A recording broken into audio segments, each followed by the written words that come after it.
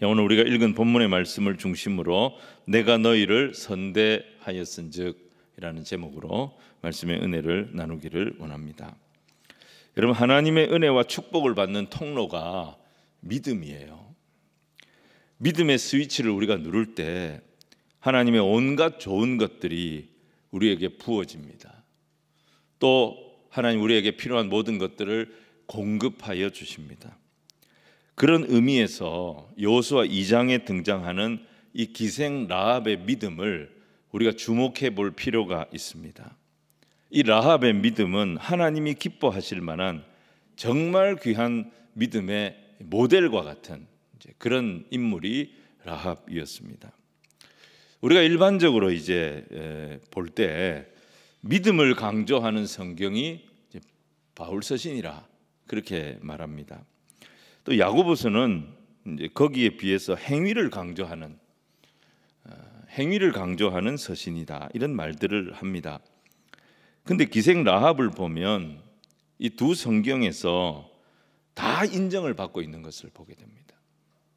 히브리서 11장 31절 보시면요, 믿음으로 기생 라합은 정탐꾼을 평안히 영접하였으므로 순종하지 아니한 자와 함께 멸망하지 아니하였도다 이렇게 말하면서 이 라합의 믿음을 인정하고 있어요, 성경이. 야고보서 2장 25절로 26절 보시면요, 또 이와 같이 기생 라합이 사자들을 접대하여 다른 길로 나가게 할 때에 행함으로 의롭다 하심을 받은 것이 아니냐, 영혼 없는 몸이 죽은 것 같이 행함이 없는 믿음은 죽은 것이니라. 여기서 행함이 있는 믿음을 강조하면서 라합의 믿음을 예를 듭니다. 라합의 믿음을 예를 드는 정도가 아니라 야고보서에서는 아브라함의 믿음과 이 라합의 믿음을 거의 동급에 두고 있어요. 그래서 두 성경을 우리가 종합을 해보면 이 믿음과 행위와 믿음이라고 하는 것을 구분해서 볼 이유가 없어요. 믿음이 뭐냐? 믿음은 선택이라는 거예요. 모든 것이 불확실한 상황을 우리가 살아갑니다. 모든 것이 예측할 수 없는 그런 환경 속에 우리가 살아가고 있어요. 근데 라합은 그런 불확실한 상황 속에서도 하나님을 붙들었어요.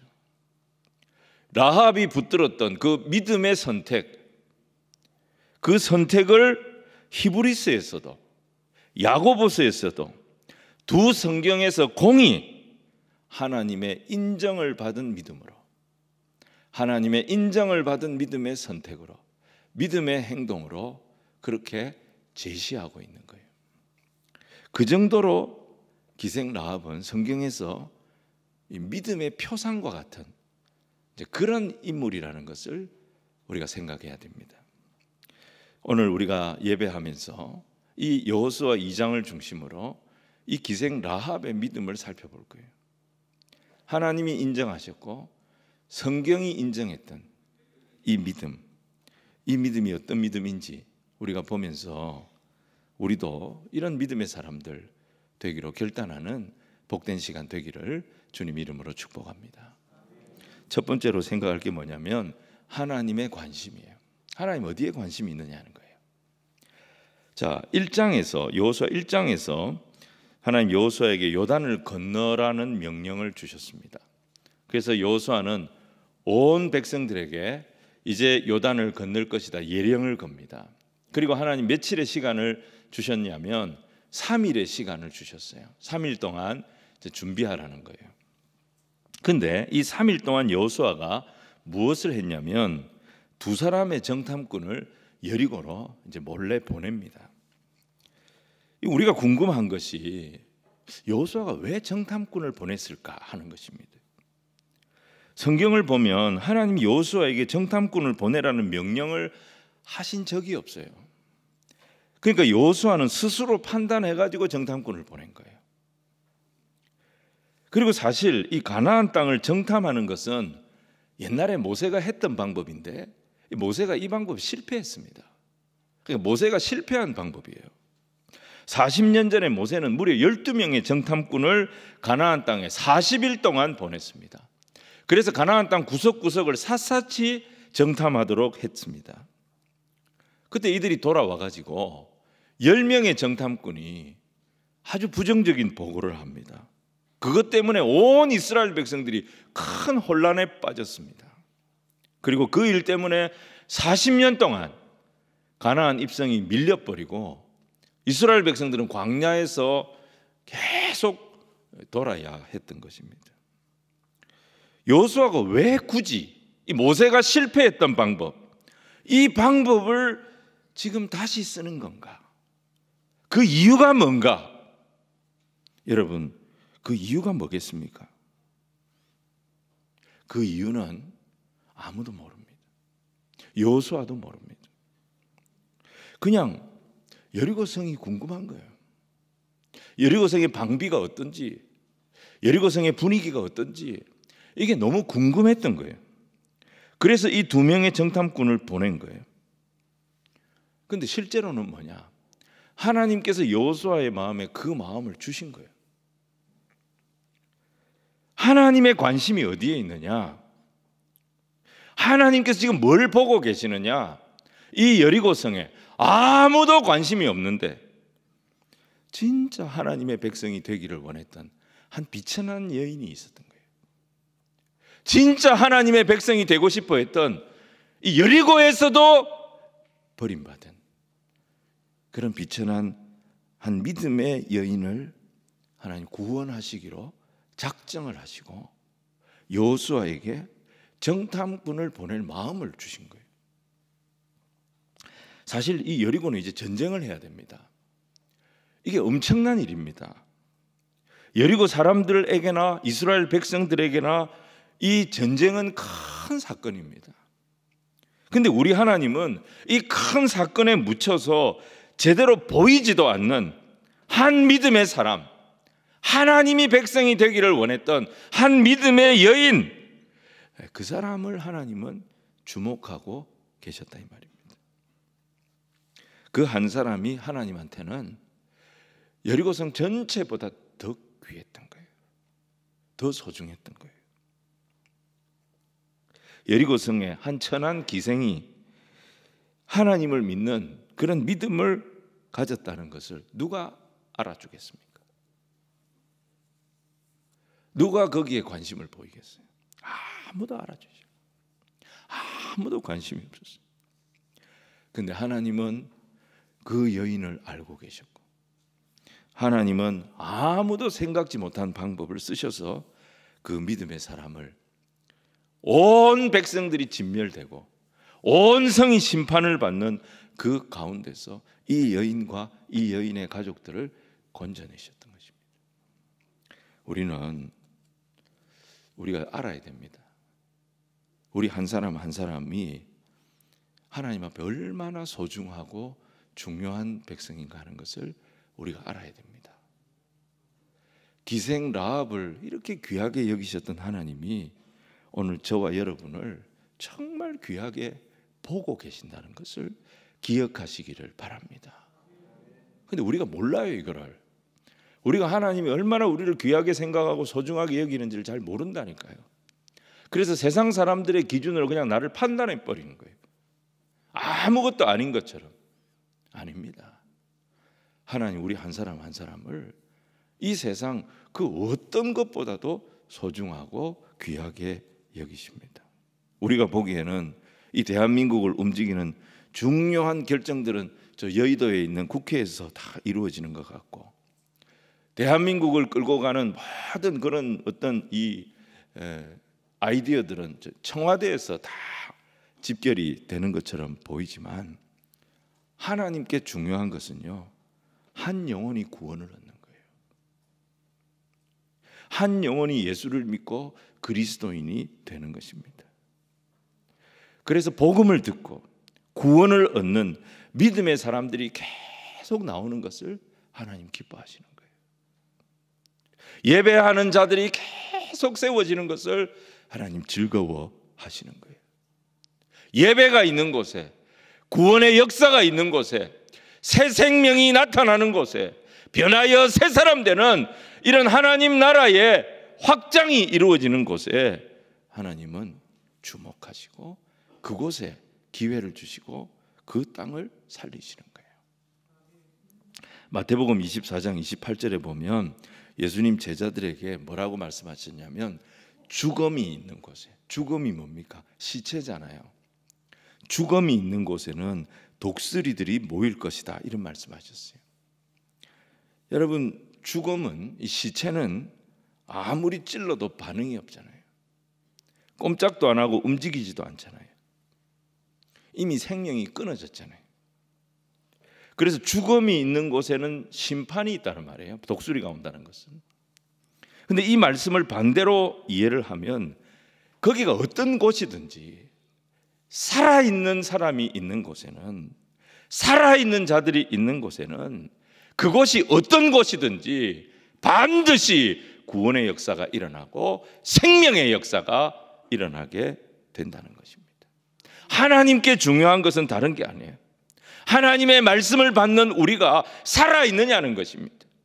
하나님의 말씀이 임하는 곳에 우리의 영혼이 살아있느냐 죽어있느냐, 이것이 하나님의 관심이에요. 하나님의 말씀이 권세 있게 선포가 되고 사람들이 이 말씀을 믿음으로 받아들이고 이 복음을 담대하게 전하고 회개가 이루어지고 변하여 새 사람 되는 역사가 이루어지는 동안은 심판이 그냥 빙빙 하늘을 돌기만 할 뿐 접근하지 못하는 거예요. 그런데 말씀이 사라지고 눈물이 사라지고 회개가 사라지고, 그럼 어떻게 되느냐? 그 죽음이 있는 곳에 독수리가 달라드는 것처럼 심판이 독수리같이 임하게 되는 겁니다. 그래서 우리나라를 살릴 수 있는 방법이 뭐냐면 우리 신앙인들이 살아있는 거예요. 우리 믿음의 사람들이 살아있어서 하나님의 말씀 앞에 움직이는 거예요. 말씀이 살아있고 기도가 살아있고 열심으로 주를 섬기고 곳곳에 가서 복음을 전하며 믿음의 삶을 살아내는 그런 성도들이 있는 한 하나님이 대한민국에 기회를 주시고 우리나라에 은혜를 더하여 주실 것입니다. 그래서 우리 믿는 사람들의 마음속에 불이 있어야 돼요. 불이 있어야 돼요.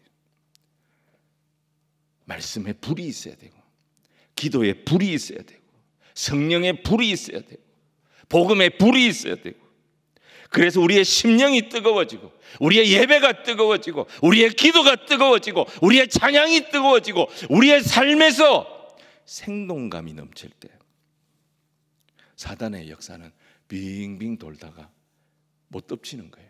다 달아나게 되는 거예요. 사랑하는 여러분, 이런 은혜의 역사가, 이런 하나님의 놀라운 축복의 역사가 우리 울산 교회를 통하여 울산이 살고 대한민국이 사는 은혜의 진원지로 쓰임받기를 주님 이름으로 축원을 드립니다. 오늘 두 번째는요, 라합의 믿음이에요. 이걸 좀 보자는 거죠. 믿음이 뭐냐? 여러분, 믿음은 선택이라 그랬습니다. 그죠? 무엇을 선택하는 게 믿음이냐? 구원이 하나님께 있음을 선택하는 게 믿음이에요. 구원을 주시는 분이 하나님이심을 선택하는 거예요.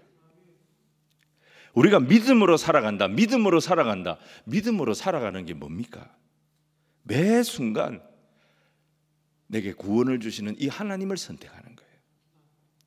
하나님이 내게 주신 말씀을 선택하는 거예요. 하나님을 선택하며 살아가는 것, 말씀을 선택하며 살아가는, 그게 믿음으로 사는 거예요. 실제로 우리가 이 본질을 잃어버리지만 않는다면, 계속 하나님을 선택하고 계속 하나님의 말씀을 선택하는 이 본질을 잃어버리지 않는다면 우리는 정말 강력한 삶을 살 수 있어요. 우린 정말 분명한 삶을 살 수가 있어요. 그리고 우리가 이 선택을 하며 살아갈 때 우리가 무엇을 경험하느냐? 살아계신 하나님을 우리의 삶의 자리에서 경험하는 역사를 맛보게 될 줄로 믿습니다. 오늘 여기서 우리가 한번 더 살펴보려고 하는 게 뭐냐면요, 이 라합이 하나님을 선택하게 된 동기를 정탐꾼들한테 이제 얘기를 합니다. 내가 왜 하나님을 선택하는지, 내가 왜 너희들을 도와주는지, 이걸 기생 라합이 정탐꾼들한테 설명을 해요. 이 정탐꾼들이 참 모질라는 사람들이었어요. 여러분, 정탐꾼의 사명은 들키면 안 됩니다. 발각되면 안 돼요. 그런데 들어오자마자 들켰어요. 이런 정탐꾼, 아무 쓸모가 없는 정탐꾼. 지금 기생 라합이 살려줘서 다행이지. 지금 이 집에 갇혀 있는 거예요. 지금 라합이 이 사람들 도와주면서 사는 거고, 라합이 고발해 버리면 죽는 거예요. 라합이 하는 말을 이 사람들은 들을 수밖에 없어요. 지금 라합이 무슨 말을 하느냐? 내가 왜 하나님을 선택하게 됐는지, 내가 왜 당신들을 도와주는지, 이 말을 하고 있는 거예요. 10절 말씀입니다. 우리 10절 말씀을 같이 읽겠습니다. 시작. 이는 애굽에서 나올 때에 여호와께서 너희 앞에서 홍해물을 마르게 하신 일과 너희가 요단 저쪽에 있는 아모리 사람의 두 왕 시혼과 옥에게 행한 일, 곧 그들을 전멸시킨 일을 우리가 들었음이니라. 우리가 들었음이니라. 여러분, 여기 나오는 얘기가 뭐냐면, 내가 왜 선택했느냐? 내가 들었다는 거예요. 내가 들었다는 거예요.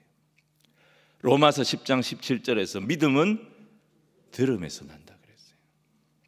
듣고 이 라합의 마음속에 믿음이 생긴 거예요. 그래서 하나님을 선택한 거예요. 하나님의 사람들을 돕는 것을 선택한 거예요. 여기서 우리가 한번 대비를 해볼 게 있습니다. 비교를 해볼 게 있다고요. 정말 이 라합은 보잘것없는 여인이었고 정말 망가진 인생을 살던 사람이었습니다. 그런데 이 여인이 믿음을 선택했어요. 그리고 이스라엘 백성이 있습니다. 이 백성은 믿음의 백성이에요. 하나님이 선택했어요. 그런데 이 한 여인은 정보라고 할 게, 이 여인이 하나님을 선택하게 된 정보라고 할 게 없어요. 그게 뭐예요? 소문이에요, 소문. 라합이 이스라엘 백성들이 출애굽을 하는 현장에 가보기를 했습니까? 하나님께서 광야에서 이스라엘 백성들의 대적들을 진멸시킬 때에 그걸 가서 자기 눈으로 확인을 했습니까? 라합은 술도 팔고 또 여관처럼 방도 빌려주고, 그래서 나그네들이 계속 들락날락거리는 그런 일을 했어요. 그러다 보니까 이 사람 저 사람들이 하는 얘기를 다 들은 거예요. 소문을 들은 거예요. 광야에 하나님의 백성들이 있는데 이 백성들에게 무슨 일이 일어나고 있는지 그 소문을 들은 거예요. 소문을. 단지 소문을 들었을 뿐인데 라합은 그걸 붙들었어요. 그걸 믿었어요. 그리고 믿음의 선택을 했어요. 그런데 이스라엘 백성들은 어떻습니까? 들은 정도가 아니죠. 하나님의 기적을 눈앞에서 봤습니다. 온 몸으로 하나님이 함께 하시는 것을 체험했습니다. 그럼에도 불구하고 이들은 순간순간 흔들립니다. 제대로 선택을 못합니다. 얼마나 좋은 조건이에요. 온 민족이 하나님을 믿는다니까요. 온 민족이 신상 명색 썼을 때 종교란에 기독교 쓰는 거예요. 출애굽의 기적을 보았습니다. 몸으로 느꼈습니다. 아침마다 그 하나님이 만나를 주십니다.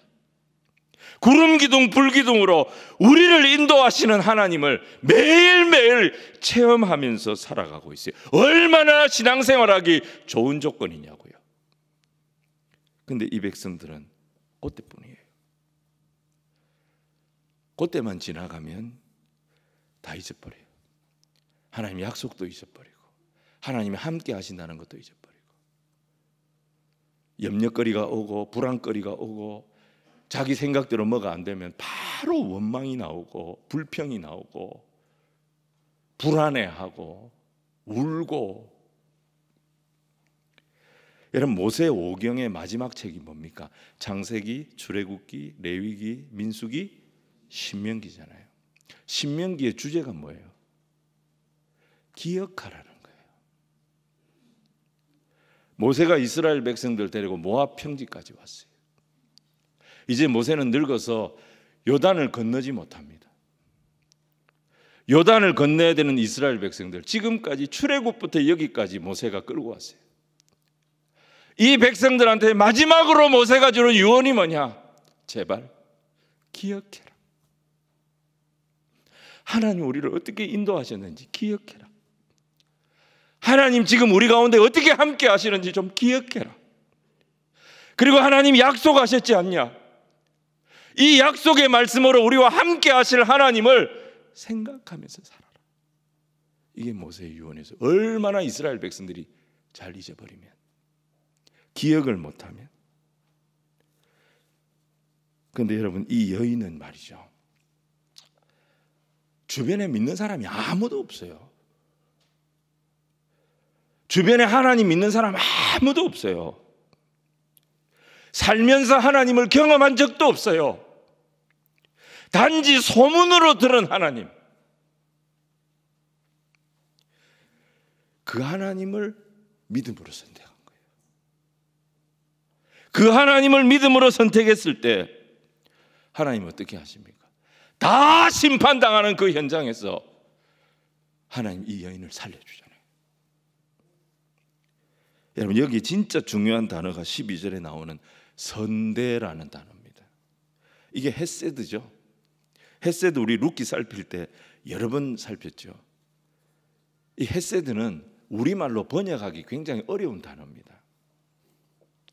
하나님 끝까지 책임지는 사랑, 실패가 없는 사랑, 배신이 없는 사랑, 그게 이제 헤세드인데요. 이게 이제 70인역을 보면, 70인역은 이 단어를 어떻게 번역했냐면 하나님의 은혜로 번역했어요. 그러니까 하나님 은혜가 뭐냐면 헤세드예요. 라합은 믿은 지 얼마 안 되는 사람이에요. 주변에 믿는 사람 아무도 없어요. 롤 모델이 없어요. 소문을 듣고 믿은 사람이에요. 근데 여러분, 이 라합이 뭘 구하고 있습니까? 하나님의 헤세드를 구하고 있는 거예요. 핵심을 구하고 있는 거예요. 놀라운 믿음이고 너무너무 정확한 믿음이에요. 구원을 주시는 분이 여리고의 왕이 아니고 오직 이스라엘의 하나님, 한 번도 만난 적이 없는 이스라엘의 하나님, 그 백성을 오늘 처음 보는 거예요.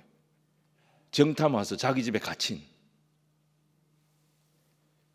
뭐라고 얘기합니까? 위로는 하늘에서도 아래로는 땅에서도 하나님이신 그 하나님이 나를 구원할 자이심을 나는 믿습니다. 이 믿음으로 뭘 구하는 거예요? 하나님의 헤세드. 하나님, 내가 하나님의 백성들을 내가 할 수 있는 최선을 다해서 선대합니다. 하나님도 우리를 선대해 주세요. 그걸 이 정탐꾼들을 통해서 하나님 앞에 기도해 달라고 부탁을 하고 있잖아요. 단지 소문으로 들은 하나님, 라합이 그 하나님을 믿음으로 딱 선택했을 때, 그 하나님을 향한 믿음의 스위치를 딱 눌렀을 때, 그 많은 이스라엘 백성들 온갖 기적을 체험하고 온갖 하나님의 역사를 경험했던 그들은 믿음의 반응이 신통치 않았는데, 라합은 소문으로 들은 하나님을 믿음으로 선택합니다. 오늘 주시는 메시지가 뭐예요?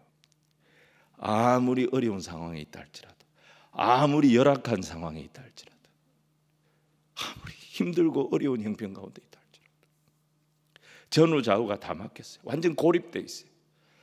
그런 상황이라 할지라도, 지금 여리고는 진멸입니다. 진멸일보 직전이라 할지라도 믿음의 선택을 계속하라는 거예요. 믿음의 선택을 계속하라는 거예요. 기생이 믿음의 선택을 했는데, 이 창녀가 믿음의 선택을 했는데, 이 보잘것없는 여인이 믿음의 선택을 했는데 하나님 들어주시지 않냐? 하나님 그 간구에 응답해 주시지 않냐? 믿음의 선택을 계속하라는 거예요. 믿음의 선택을 계속하면 반드시 생명의 역사를 경험하게 될 것이다. 여러분, 이 은혜를 살면서 체험하는 저와 여러분이 되기를 주님 이름으로 축원을 드립니다.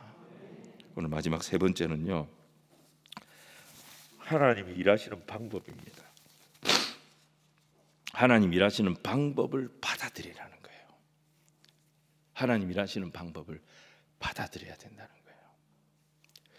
자, 오늘 우리 18절 19절 같이 한번 볼까요? 18절 19절 말씀 우리 같이 읽겠습니다. 시작.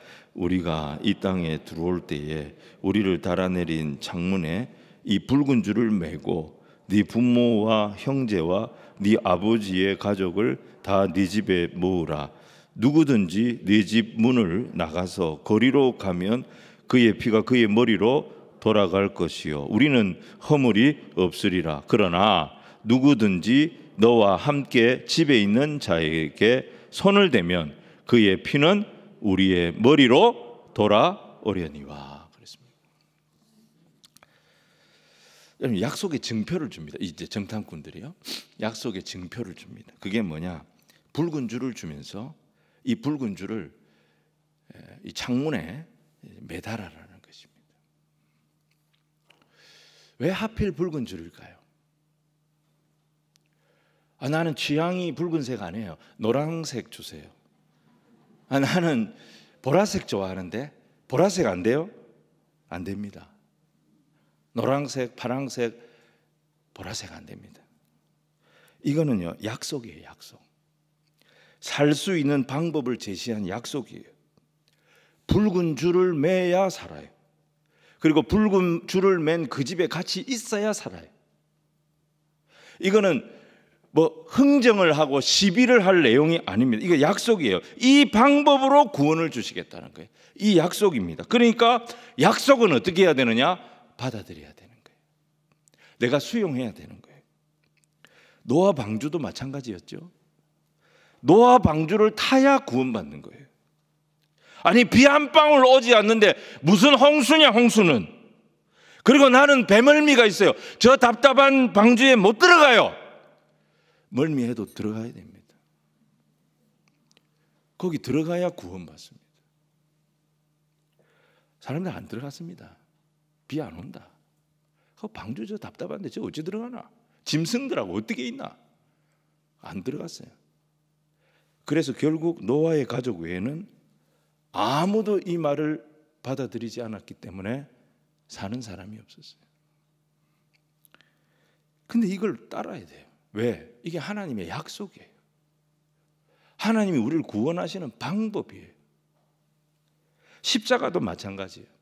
왜 십자가만 구원이 있냐? 십자가만 구원의 길이라니. 그러면 다른 종교는 구원이 없냐? 다른 방법으로는 구원을 못 받냐? 너무 독선적이다. 여러분, 따져도 소용이 없어요. 이거는. 고린도전서에 뭐라 그랬습니까? 세상이 자기 지혜로는 하나님을 알 수 없다 그랬습니다. 전도에 미련한 것, 바로 이 십자가에 미련한 것으로 믿는 자들을 구원하시기를 어떻게 해요? 하나님이 기뻐하셨다 그랬습니다. 이게 하나님께서 우리를 구원하는 방법이라는 거예요. 사람들이 볼 때는 이게 미련해 보이지만 이 십자가의 미련한 것에서 하나님의 능력이 나타나고 하나님의 구원이 나타나도록 하나님이 이 방법을 쓰시겠다고 우리에게 약속하신 거예요. 이 약속 우리는 받아들여야 되는 거예요. 구원이 어디에서 나옵니까? 붉은 줄에서 나오는 거예요. 구원이 어디에서 나옵니까? 방주에서 나오는 거예요. 구원이 어디에서 나옵니까? 6월절 어린 양의 피를 문설주에 발라야 사는 거예요. 구원이 어디에서 나옵니까? 예수님의 십자가를 믿어야 되는 거예요. 지금도 마찬가지입니다. 하나님의 구원의 역사가 어디서 이루어지느냐? 여러분, 교회를 우리 주님 뭐라고 말씀하셨냐면 나의 몸이라 그랬어요. 주의 몸된 교회를 통해서 하나님 지금도 구원의 역사를 이루어 가시기를 기뻐하시는 거예요. 교회가 문제가 많고 교회가 썩은 것처럼 그렇게 말들을 하고 교회가 정말 필요 없다. 우리 시대에 교회가 뭐가 필요하냐? 그래서 나는 안 나가. 거꾸로 해가지고 가난한 교인이다. 그러면서 교회 소속 안 해도 말씀만 듣고 뭐 신앙만 가지고 있으면 되지, 이런 생각하는 분들이 많습니다. 근데 굉장히 위험한 사고방식, 여러분, 굉장히 위험한 사고방식이 뭐냐면 자기 판단을 믿는 거예요. 왜 그것만 옳습니까? 왜 다른 거는 인정을 안 합니까? 그러면 다른 거는 다 틀렸단 말입니까? 근데 이게 뭡니까? 이게 사사기 방식이에요. 사사기적 시각입니다. 자기 소견에 옳은 대로, 자기 판단에 옳은 대로. 탕자는 말이죠, 자기 소견으로 볼 때 아버지 집에 있는 것이 의미가 없었습니다. 아버지 집에 있어봤자 미래가 안 보였어요. 아버지 집에 있는 게 너무 답답했어요. 자기 인생의 날개를 확 펴는데 아버지 집은 걸림돌이라고 생각했어요. 아버지 집에 있기 때문에 내 인생이 이렇게 안 풀린다고 생각을 했어요. 그래서 아버지에게 자기 몫의 재산 다 달라 그래가지고 아버지 집을 떠납니다. 근데 아버지 집을 떠나는 그 길이 탕자가 망하는 길이었어요. 부모는 하나님이 주셨습니다. 부모는 우리가 선택한 게 아닙니다. 하나님께서 그 부모 밑에 우리를 두셨어요. 부모는 하나님의 대리인입니다. 그래서 하나님 뭐라고 말씀하셨어요? 네 부모에게 순종하라. 네 부모에게 양육받으라. 그렇게 말씀하셨습니다. 근데 그 부모님이 나하고 안 맞아요. 그 부모님의 가르침이 마음에 안 들어요. 그 부모님이 너무 무능해요. 그 부모님이 너무 엉뚱해요. 그 부모님이 너무 불편해요. 그렇다 할지라도 하나님 말씀이 뭐예요? 네 부모에게 순종하라. 이게 하나님의 말씀이라는 사실을 우리는 기억해야 되는 것입니다. 이게 뭐예요? 우리가 구원을 이미 받았지만 구원을 이루어가는 사람들입니다.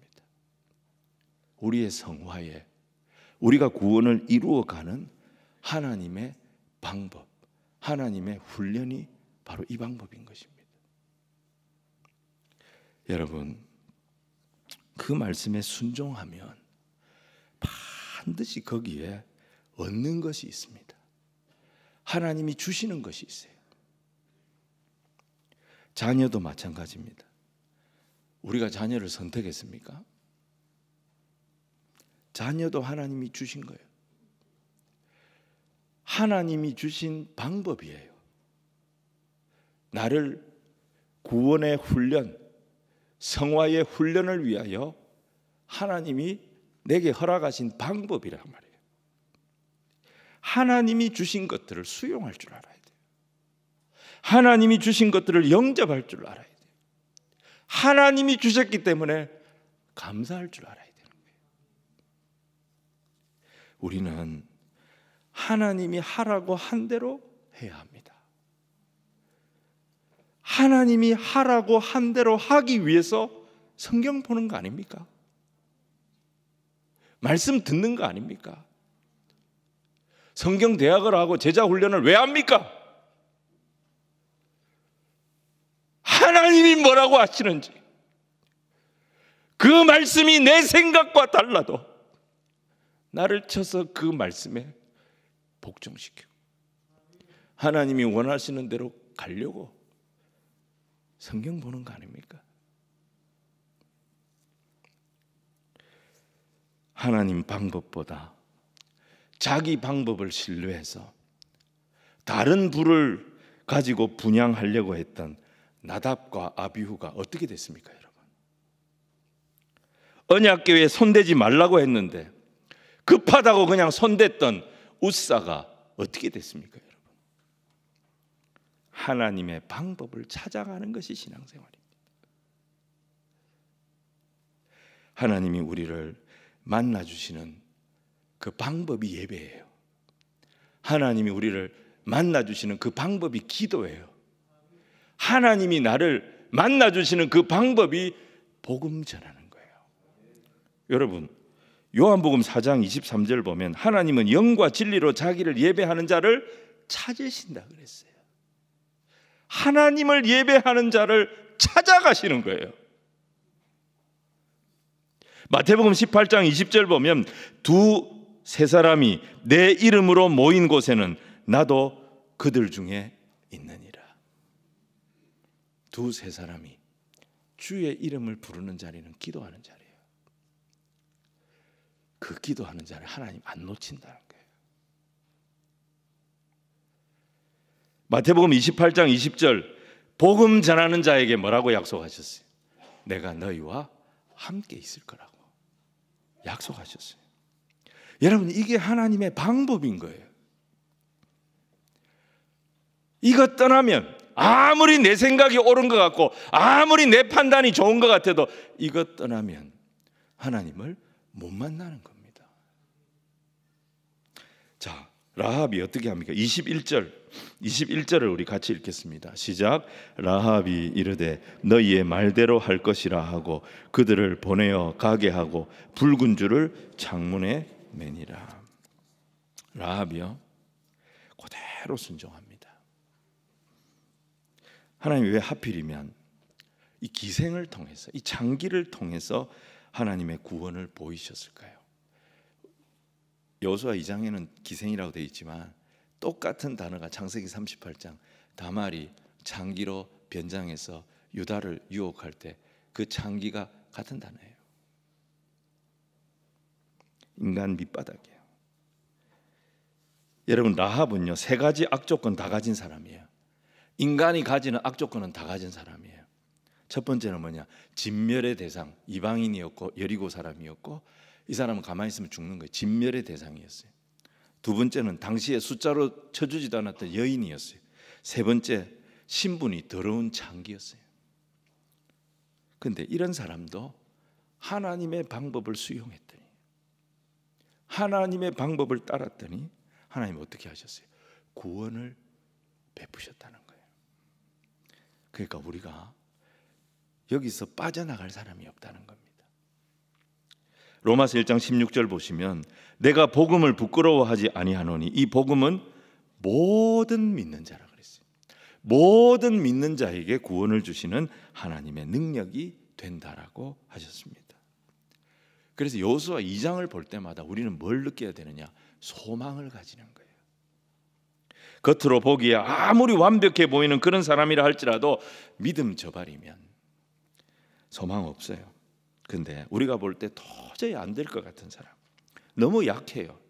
너무 보잘것없어요. 어떤 선한 것도 나올 것 같지가 않아요. 그런 사람이라 할지라도 믿음의 선택만 하면 진멸의 땅에서도 구원을 얻는 그런 은혜를 주신다는 것입니다. 아마 라합이 왕에게 이 첩자들을, 이 정탐꾼들을 고발을 했더라면 큰 상을 받았겠죠. 근데 라합은 그거 원치 않았습니다. 라합은 술집이 부흥되는 거 원치 않았고요, 기생으로 여리고 땅에서 성공하는 거 원치 않았습니다. 가진 것도 없었지만 내가 이 여리고 바닥에서 있는 것까지 다 잃어버린다 할지라도, 내가 단 한순간이라도 나는 하나님의 백성으로 살고 싶다. 하나님의 자녀 소리 한번 듣고 싶다. 그 믿음으로 라합이 이 정탐꾼들을 목숨 걸고 햇새들을 베푼 거예요. 선대한 거예요. 12절에 뭐라고 하죠? 내가 너희를 선대하였은즉 너희도 내 아버지 집을 선대하도록 여호와의 이름으로 맹세하라. 이 기도 부탁한 거예요. 내가 당신들에게 최선을 다해서 선을 베푼 겁니다. 목숨 걸고 선을 베푼 거예요. 한 가지 소원이에요. 내 하나님 백성 되고 싶어요. 내 하나님 딸 되고 싶어요. 하나님 나를 받아달라고 나를 위해서 기도해 주세요.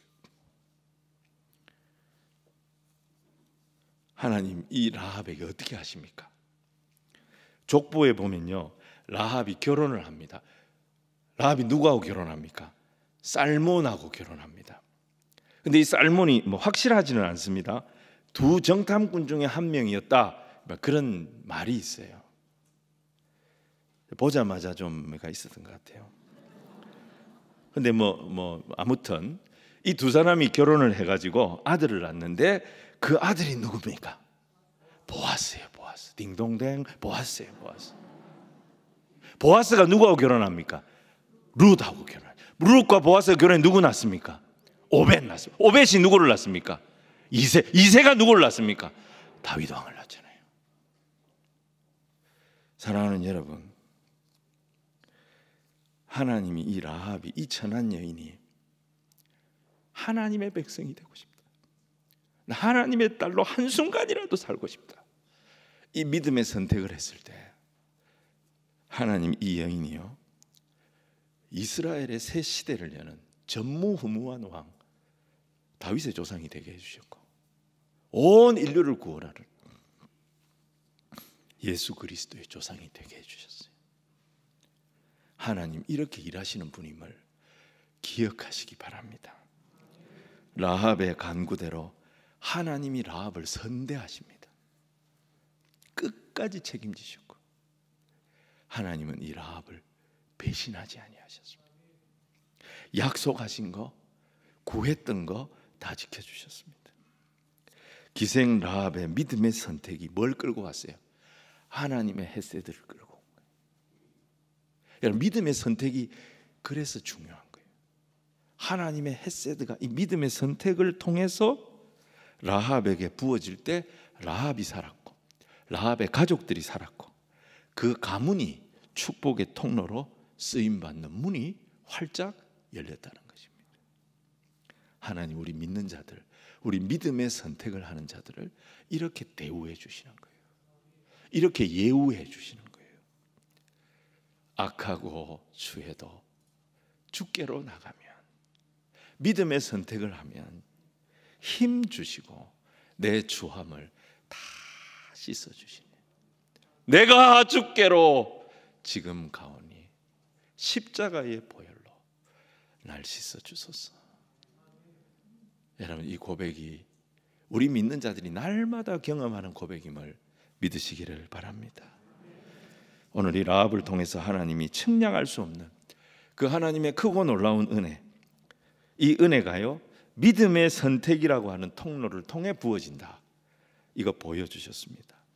내 인생이 아무리 부족하고 내 인생이 아무리 문제가 많아도 우리가 이 믿음의 선택을 하면 하나님 분명히 은혜 주십니다.